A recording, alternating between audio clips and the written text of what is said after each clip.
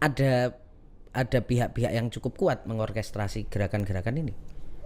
Iya, dan pihak ini sangat memahami AI, ya, bisa mengoptimalkan AI.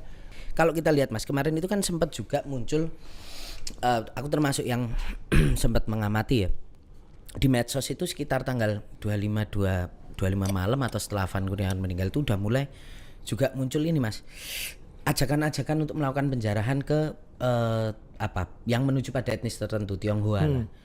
Artinya kan waktu itu aku ngelihatnya, waduh kok ini hampir sama kayak 98. Mas Andi melihatnya itu dicoba untuk dioperasikan atau sebenarnya itu sekedar decoy, umpan aja karena ada pola yang kemudian berbeda? Ya, untuk sementara ya, karena kita sekarang juga harus mempelajari bagaimana dari anarkis menuju amok itu sebetulnya sudah disimulasikan di media sosial ya, lewat AI itu sudah disimulasikan. Karena saya nggak tahu istilahnya apa ya, istilah formalnya apa dalam teman-teman yang secara spesifik mempelajari AI di media sosial sekarang. Untuk sementara saya menyebutnya glitch ya, glitch, glitch, sesuatu yang muncul tiba-tiba gitu ya, kayak air mendidih gitu loh, blup. Oh jadi kayak isunya dilemparin dulu di medsos gitu. Terus tiba-tiba turun lagi ya. Tapi kalau seandainya glitch-nya berhasil menjadi kinetik ya, glitch itu kemudian viral ya. Nah, saya mengamatinya gini, saya cerita sih ke teman-teman di analis Lem 45 itu ya, ketika sudah ada kejadian pelindasan almarhum Afan, saya bilang ini kok ada glitch gedung DPRD dibakar ya. Dan saya nggak bisa, saya jadi ini glitch nih di media sosial saya, di TikTok saya. Kok ada glitch media muncul ya, gedung DPRD terbakar, lalu saya ketik aja gedung DPRD. Saya scroll, itu muncul. Tapi kemudian saya pindahkan ke search engine yang normal seperti Google dan seterusnya. Saya ketik gedung DPRD terbakar, saya nggak nemu apa-apa. Nggak lama kemudian Makassar terbakar, glitch-nya hilang. Ya, jadi ada sesuatu yang disimulasikan. Saya bilang ini kayak ada sesuatu yang lempar ide nih ya, sebagai glitch di. Tapi ketika sudah terjadi beneran ini hilang. Ya, ini hilang. Saya nggak menemukan cara. Mungkin saya belum punya tekniknya ya, teman-teman juga belum punya tekniknya untuk menarik lagi, untuk meng-crawling lagi sesuatu yang tadi kayak air mendidih, ada buih, ya ada blep gitu. Ya udah terus hilang. Nah, saya bilang wah ini sesuatu yang baru nih yang harus kita pelajari ke depan.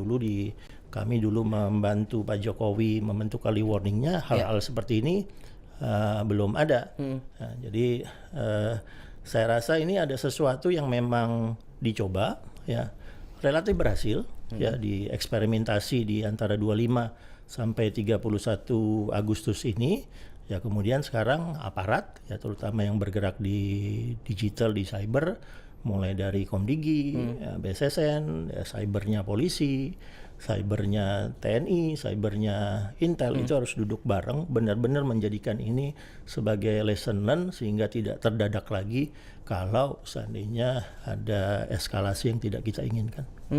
Tapi artinya dengan situasi-situasi temuan-temuan, paling nggak analisa Mas tadi, Mas Awi tadi, itu menunjukkan bahwa ada pihak-pihak yang cukup kuat mengorkestrasi gerakan-gerakan ini.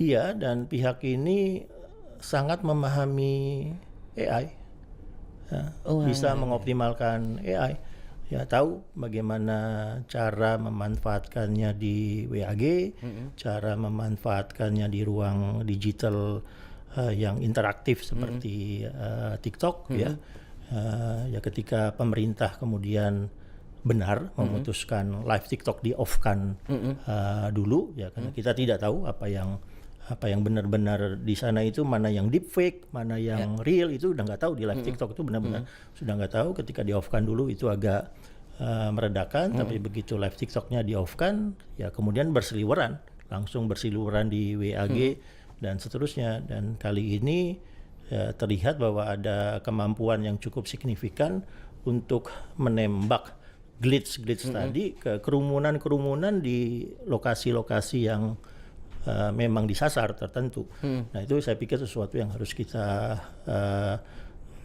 backtracing ya ke belakang, lalu duduk bareng-bareng, terutama dari instansi-instansi yang memang memiliki kapasitas teknologi di situ, ya untuk kemudian menyiapkan satu teknik mitigasi ke depan.